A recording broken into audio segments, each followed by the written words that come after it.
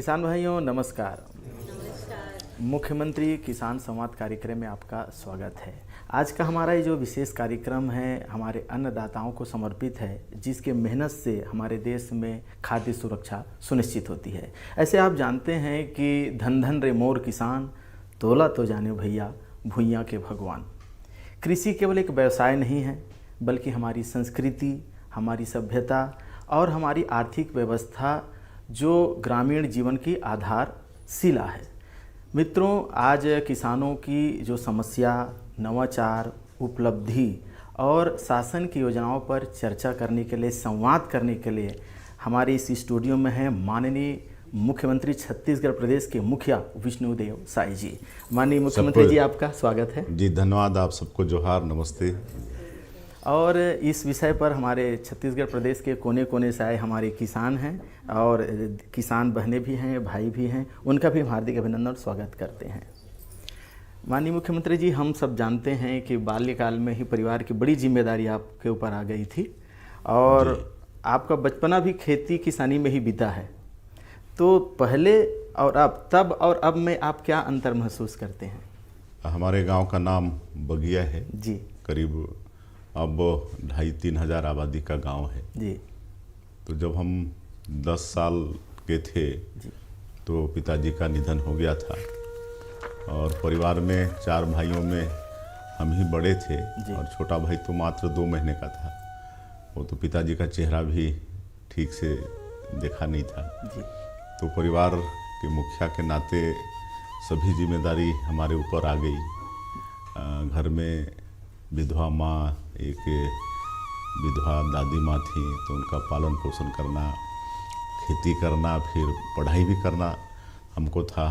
तो सबको साथ साथ चलाए, पढ़ाई भी किए, खेती बाड़ी भी देखते थे, परिवार का भी देख रेख करते थे। और उस समय ट्रैक्टर वैक्टर ज़्यादा होता नहीं था, 2-4 गांव में एक आध ट्रैक्टर होता था, तो उसी को किराए पर लेकर सब जुताई कराते थे। तो हमारे घर में करीब 50-60 एकड़ ज़मीन है और उस समय करीब 4 नांगर चलता था।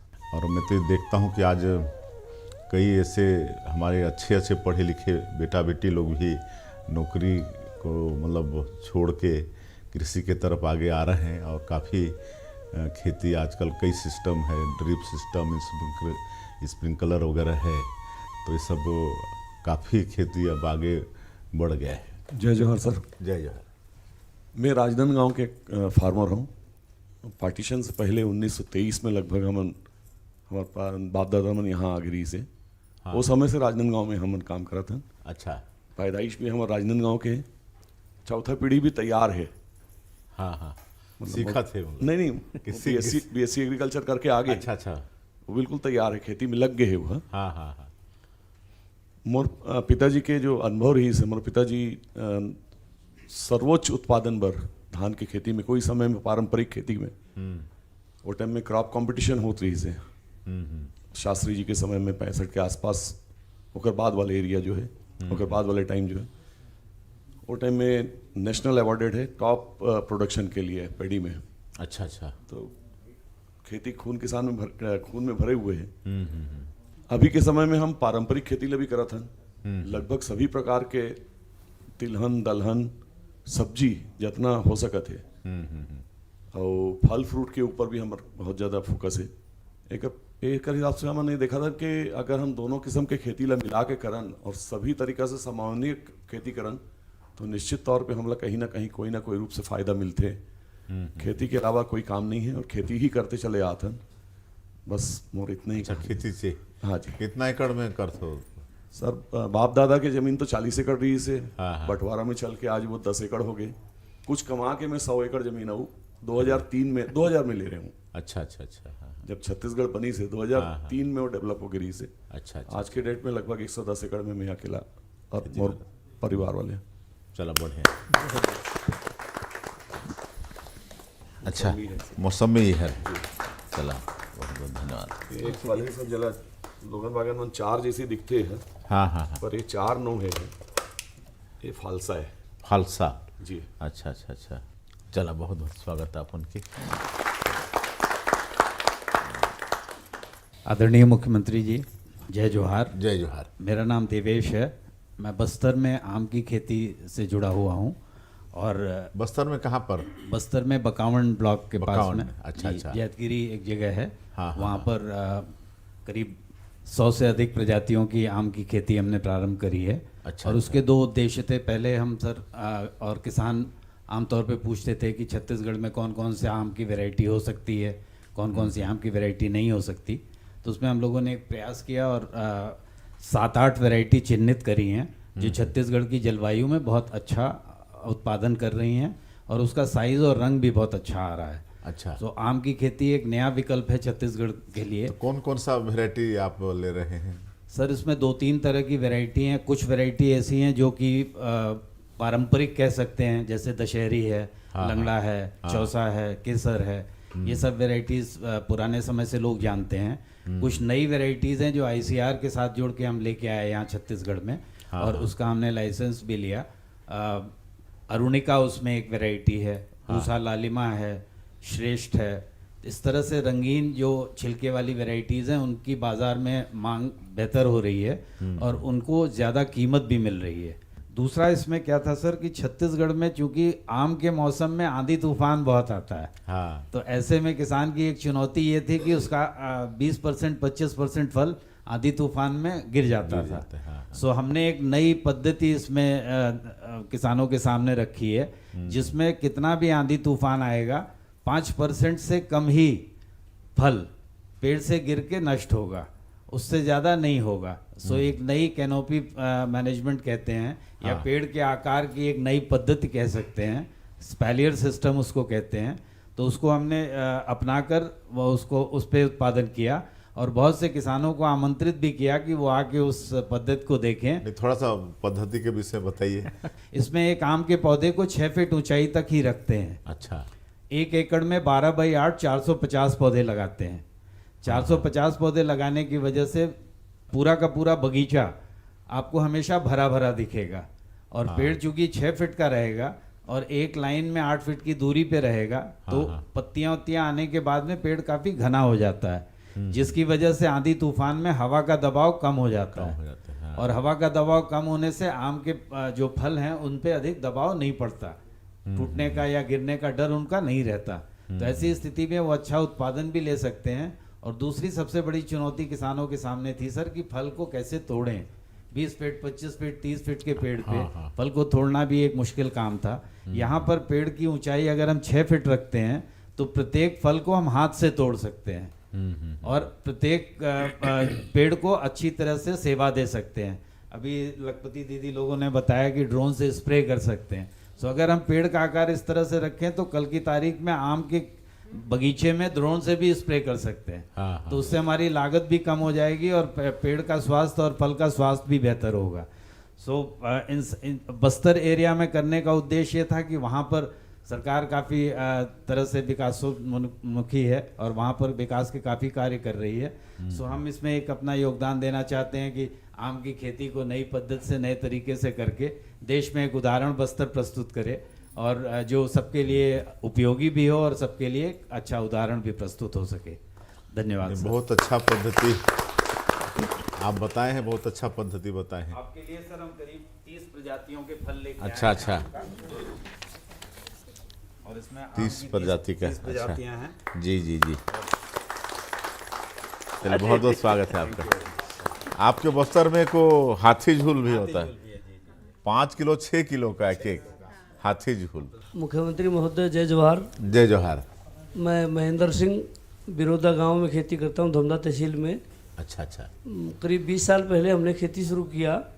परंपरागत तरीके से खेती हम लोग करते थे, पहले धान की और गन्ने की, सोयाबीन की। तो उसके बाद हमने देखा इसमें बच कुछ नहीं रहा है। तो हमारे अग्रणी किसान हैं जैसे चावड़ा बाग है और विमल भाई हैं, वीएनआर, इन लोगों को देख के हमने अपने खेतों में ड्रिप इरिगेशन सिस्टम चालू किया। उसके बाद हम लोग सब्जियां और फ्रूट पे आए। तो पपीता हमारा मुख्य रूप से खेती करते हैं पपीते की हम लोग। इसमें हमें करीब 1.5 से 2.25 लाख रुपया खर्चा आता है और 2.5 से 3 लाख रुपया रेट देख देख के हमारा बिक्री हो जाता है अच्छा, प्रति एकड़? प्रति एकड़। हाँ हाँ। तो धान की बजाय हमने इसमें अच्छा प्रॉफिट दिखा तो हम लोग इसमें पूरा कन्वर्ट हो गए, धान को पूरा छोड़ दिया हमने। और इसमें लेबर भी कम लगता है इसमें सर, और मजदूरी भी कम लगती है, प्रॉफिट ठीक है इसका। और पानी की भी ड्रिप इरीगेशन में बहुत बचत हो जाती है सर। और क्योंकि हमारे प्रदेश में पानी की गर्मी में कमी बहुत हो जाती है तो ड्रिप इरीगेशन से वो भी एक फ़ायदा हो जाता है। तो कुछ पपीता लेके आया हूँ सर। पपीता है, हाँ जी। साइज भी बड़ा अच्छा दिख रहा है पपीता का। अच्छा। चलिए, बहुत बहुत धन्यवाद।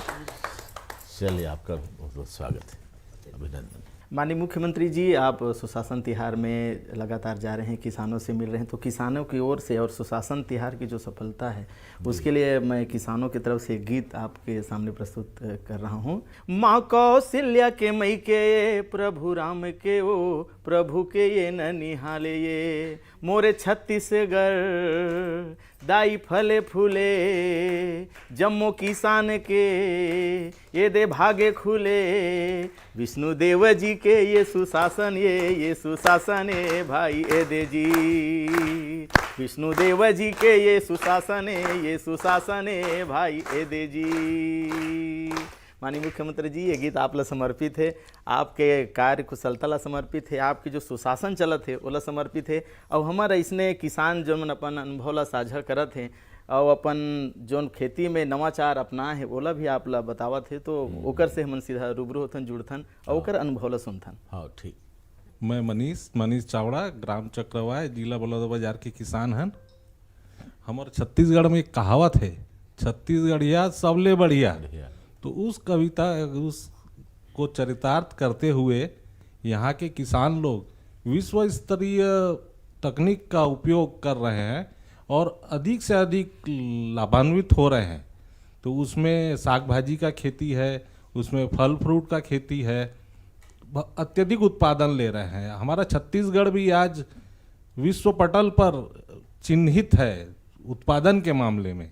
तो यहाँ के किसान लोग शासन प्रशासन के सहयोग से, मार्गदर्शन से बहुत अच्छा उत्पादन ले रहे हैं। तो हम लोग साग भाजी का खेती करते हैं, फल फ्रूट में पपीता है, केला है और कुछ अभी आम का भी खेती चालू किए हैं। माननीय मुख्यमंत्री जी, हमारे साथ प्रधानमंत्री मत्स्य संपदा योजना का लाभ लेकर के एक ऐसे किसान हैं जिसको राज्य अलंकरण आपने दिया है और छत्तीसगढ़ सरकार से उसको अलंकरण मिला है। तो ऐसे हमारे किसान हैं जो आज बायोफ्लॉक, केज कल्चर ऐसे विधि से वो मत्स्य उद्योग के रूप में वो काम कर रहे हैं और ये भी कम से कम 50-100 लोगों को वो रोजगार दे रहे हैं। तो ऐसे हमारे किसान हैं रूपचंद धीवर जी, वो भी अपना अनुभव साझा करेंगे। हाँ। जय जोहार महोदय जी। जय जोहार। धमदा ब्लॉक के एक छोटे से गांव दार गांव से बिलोंग करता हूं मैं, और पेशे से तो मैं मछुआरा ही हूं। मछुआरा परिवार से, एक गरीब मछुआरे परिवार से हम लोग मछली का काम करते थे। हमारे पिताजी अचानक यहाँ एक मत्स्य मेला लगा था, अच्छा, जिसमें हम लोग विजिट करने आए थे ऐसी साधारण मत्स्य मेला में देखने के लिए। वहाँ से हम लोग प्रेरित होकर मेरे पिताजी मुझे बोले कि बेटा तुमको मछली मारना नहीं, पालना सीखना है। तो उस चीज़ से मैं प्रभावित होकर हम लोग वहाँ मत्स्य मेला से ना सर, हम लोग यहाँ तेली बांधा मछली विभाग है, वहाँ हम लोग ट्रेनिंग का पता करने गए। तो वहाँ हमें जानकारी मिला कि यहाँ 1 साल का ट्रेनिंग दिया जाता है और यहाँ रुक करके हॉस्टल था और उसमें हम लोग, मेरे साथ और भी बहुत किसान भाई थे। तो मैं उस समय 12वीं पढ़ के यहाँ ट्रेनिंग लिया और वहाँ से धीरे धीरे मैं वो 1.5 एकड़ को 4 एकड़ किया और मैं अपने खुद के पैसे से पहले इन्वेस्ट करके हैचरी का निर्माण किया सर। फिर भी उसमें तालाब निर्माण के लिए मुझे 40% सब्सिडी दिया गया था और वहाँ से मैं मछली बीज उत्पादन करते करते आज मेरा मछली बीज आसपास के राज्यों में जैसे MP है, महाराष्ट्र है और उड़ीसा है, ऐसे 2-3 राज्यों में भी जाता है और विभिन्न जिलों में मछली बीज का मेरा सप्लाई होता है। अच्छा, और साथ साथ आज मैं कम से कम 40 से 50 एकड़ में मछली बीज का उत्पादन करके, और मैं तो खुशहाल हूँ ही। साथ ही साथ हमारे डॉक्टर रमन सिंह जी कंवर्धा में एक फिशरीज कॉलेज का निर्माण किए। वहाँ से जो स्टूडेंट आते हैं सर, उसको मैं निःशुल्क प्रशिक्षण देता हूँ अपने खाना पीना करा के। वाह, तो एक और थोड़ा सा बता दीजिए उसमें 1 एकड़ में जैसे लागत कितना आता है? जी जी जी फायदा? अभी हम एक छोटा सा प्रयोग किए मोनोसेक्स तलपिया में, जिसमें 3 एकड़ में हमने डाला था 40,000 मछली 3 एकड़ में। उसमें लागत आया था 8 लाख और इनकम भी हमें 8 लाख हुआ था। इस प्रकार से 50-50 का इनकम होता है सर। मतलब अच्छा हाँ, अच्छा 6 महीने के क्रॉप में। 6 और उसको 1 साल में जाएंगे ना तो हमारा इनकम 3 एकड़ में 16 लाख के आसपास, 15 से 16 लाख रुपए ये समथिंग आ जाता है। बढ़िया। साथ ही साथ सर ये मछली पालन विभाग से हम लोगों को अभी हमारे प्रधानमंत्री जी मत्स्य संपदा योजना जो करोड़ों रुपए मछुआरों के लिए दे रहे हैं, है ना, जिनको जो लाभ ले रहे हैं, जो बिल्कुल वो आज लखपति हैं, करोड़पति हैं। उसमें भी मैं भी हूँ एक ऐसा किसान हूँ जिसको मोटरसाइकिल दिया था 40% सब्सिडी में, नाव दिया था, जाल दिया था, और साथ ही साथ मुझे 4 चक्का लाइव फिश बेचने, ताज़ा मछली बेचने के लिए 4 चक्के 4 लाख की छूट में सर मुझे पिकअप वाहन भी दिया गया था। चलिए।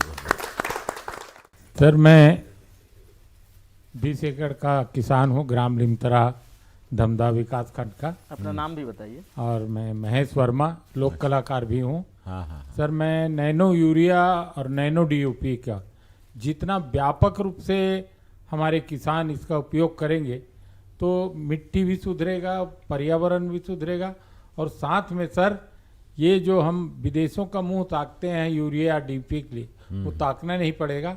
हमारा ही उत्पादन हमें ही उपयोग करना है, और व्यापक रूप से उपयोग करने के लिए व्यापक रूप से जैसा आप चाहते हैं जन जागरूकता हो, तो जन जागरूकता से ये आएगा और हम व्यापक रूप से के नैनो यूरिया और नैनो डीएपी का इस्तेमाल कर सकते हैं सर।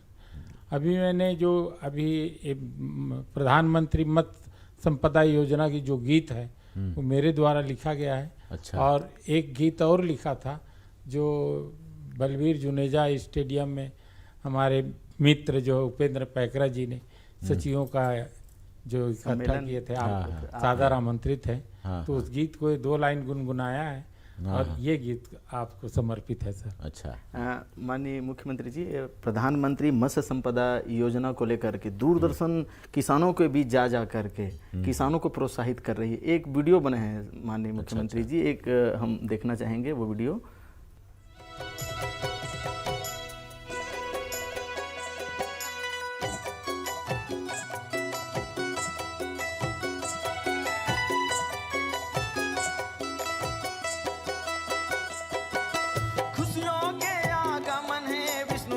जी के सुघर ये सुशासन है, खुशियों के आगमन है विष्णुदेव जी के सुघर ये सुशासन है। प्रधानमंत्री मत्स्य योजना ले समृद्धि हो गए ये किसान है ना, आगे जिंदगी में खुशहाल है भाई दीदी, दूरे हो गए सब बदहाली है भाई दे जी।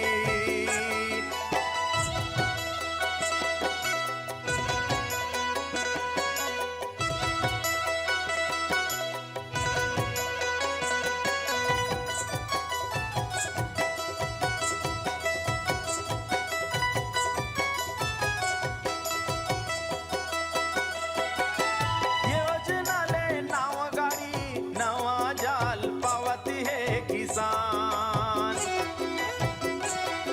ये योजना ले युवा महिला लाभे लेवत है सियान। दरिया नदिया माँ पायो फ्लास, एग्रीकल्चर विधि उन्नत मछली पालन, इध करते जम्मो किसाने हाँ ये किसाने हाँ भाई दे जी।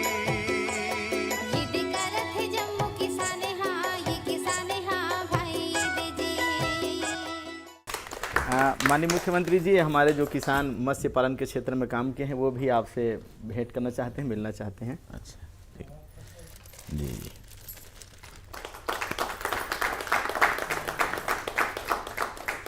चलिए बहुत बहुत धन्यवाद। अब आपन के भी स्वागत कर दूँ मैं।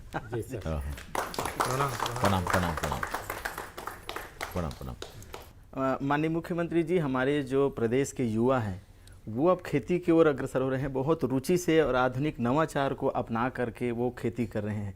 तो युवा पीढ़ी खेती में जो रुचि ले रही है उसको आप किस नज़रिए से देखते हैं? पढ़ लिख के ज़्यादा हमारे बेटा बेटियों की अपेक्षा रहती है कि सरकारी नौकरी लगे, लेकिन वो संभव नहीं है जी। सरकारी नौकरी की एक सीमा है, और इसलिए हम तो यही आग्रह करना चाहेंगे हमारे बेटा बेटियों से कि वो थोड़ा सा सरकारी नौकरी से अलग भी बिजनेस की तरफ भी हम लोग नई उद्योग नीति भी यहाँ पर लाए हैं। उसमें महिलाओं को, फिर हमारे ST SC OBC के जो लोग हैं उनको नई उद्योग नीति में विशेष प्रोत्साहन इंसेंटिव का भी प्रावधान किए हैं। तो उधर भी आएँ, अपनी रुचि और आवश्यकता सबको देखते हुए छोटा मोटा उद्योग से भी जुड़ें। और कृषि भी आज बहुत लाभ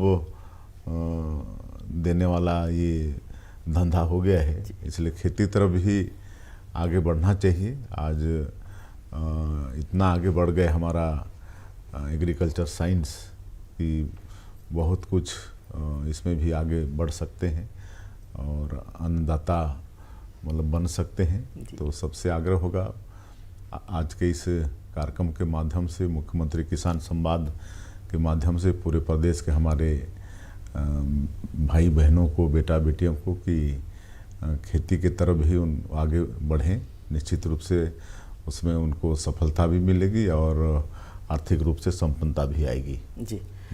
माननीय मुख्यमंत्री जी, हम आपसे जानना चाहते हैं कि आप खेती किसानी भी किए हैं, आप खेतों में काम भी किए हैं और अभी मुख्यमंत्री होने के नाते किसानी के लिए आप योजना भी बना रहे हैं।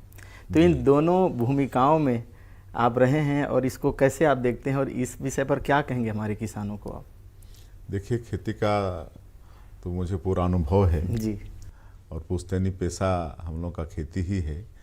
और जब हम वही पॉलिटिक्स में नहीं आए थे, शुरुआती दौर में हम पंच सरपंच भी थे, तो उस समय हम अपने हाथ से खेती भी किए हैं, हल भी चलाए हैं और खेती का हर चीज़ हमको मतलब मालूम भी है। और आज बड़ा अच्छा हो गया है, खेती बहुत आगे बढ़ गया है। तो छत्तीसगढ़ में भी हम लोग खेती को काफ़ी आगे बढ़ाना चाहते हैं। धान का कटोरा हमारा ही छत्तीसगढ़ है, इसलिए ये तो भारत सरकार की भी योजना है, प्रदेश सरकार की भी योजना है। हम लोग तो सबसे पहले तो किसानों के खेत में पानी पहुंचाना चाहते हैं, कहे कि पानी एक बहुत बड़ा वो सहयोगी है, भगवान भरोसे ही रहना वो ठीक नहीं है। इसलिए काफ़ी सिंचाई का रकबा बढ़ा है छत्तीसगढ़ आज बनने के बाद में। पहले 15 साल डॉक्टर रमन सिंह मुख्यमंत्री थे, अभी 2 साल से हैं और ये 2 साल में ही हम लोग करीब 10,500 करोड़ का नई सिंचाई परियोजना छत्तीसगढ़ में स्वीकृत किए हैं और उससे काफ़ी रकबा बढ़ेगा। और सौर सुजला योजना में भी उसको भी आगे हम लोग बढ़ा रहे हैं और सौर प्लेट लगाकर किसानों को खेत में पानी देंगे। तो ये सब कर रहे हैं। अभी सिंचाई विभाग भी हमारे पास है, तो जब ये विभाग हमारे पास आया तो हम पता किए कि पुराना जो सिंचाई योजना है, हमको कहे कि अनुभव है जनप्रतिनिधि के नाते कि कोई डैमेज हो गया, कहीं सिल्ट जमा हो गया तो उसको कोई मतलब निकालते नहीं है, कहीं गेट टूट गया है, कहीं कुछ हुआ है। तो विभाग से हम पता किए कि ऐसे कितने योजना हैं जिनको मतलब आवश्यकता है कि उसका मरम्मत हो। तो बताए कि 1500 ऐसी योजना है। फिर हम पूछे कि इसको ठीक ठाक करने में कितना पैसा लगेगा, तो विभाग वाले बताए कि नहीं 2800 करोड़ लगेगा। तो एक साथ 2800 करोड़ स्वीकृति दिए और अब जितना जो योजना है अधूरा था, कोई लंबित था, कोई डैमेज था, वो सब में काम हो रहा है। और इसके ही हो जाने से करीब 76,000 एकड़ में सिंचाई का रकबा बढ़ जाएगा हमारे छत्तीसगढ़ में। तो इस तरह से सिंचाई भी, फिर किसान क्रेडिट कार्ड भी लगातार लोगों को दे रहे हैं और कोऑपरेटिव बैंक में 0% में क्रेडिट कार्ड है। और अब तो मत्स्य को भी उसमें शामिल किए हैं, किसान क्रेडिट कार्ड में मत्स्य उत्पादन को भी शामिल किए हैं। हॉर्टिकल्चर को भी काफ़ी आगे बढ़ा रहे हैं। तो यहाँ पर खेती कैसे आगे बढ़े, पाम ऑयल की खेती को भी बढ़ा रहे हैं। तो कहे कि किसान ही मतलब जीडीपी के मतलब रीढ़ है। तो इसलिए किसानों को बढ़ाना सरकार का भी दायित्व है। पशुपालन को भी हम लोग बढ़ा रहे हैं, कुक्कुट पालन, ये सब को भी, हॉर्टिकल्चर को भी बढ़ा रहे हैं। जैसे माननीय प्रधानमंत्री जी का ये सोच है कि किसानों की आय दोगुना हो, तो इन सब माध्यम से ही किसानों की आय दोगुना होगी और इसके लिए सरकार पूरी तरह से चिंता कर रही है। जी, माननीय मुख्यमंत्री जी, अंत में हम आपसे जानना चाहेंगे कि हमारे किसानों का आप क्या संदेश देंगे जो अभी भी नवाचार और आधुनिक खेती को अपनाने में संकोच कर रहे हैं, जैसे नैनो यूरिया या नैनो डीएपी और अन्य जो आधुनिक खेती को अपनाएं, उनको आप क्या संदेश देंगे या क्या आह्वान करेंगे उनको? अब आज ये मुख्यमंत्री किसान संवाद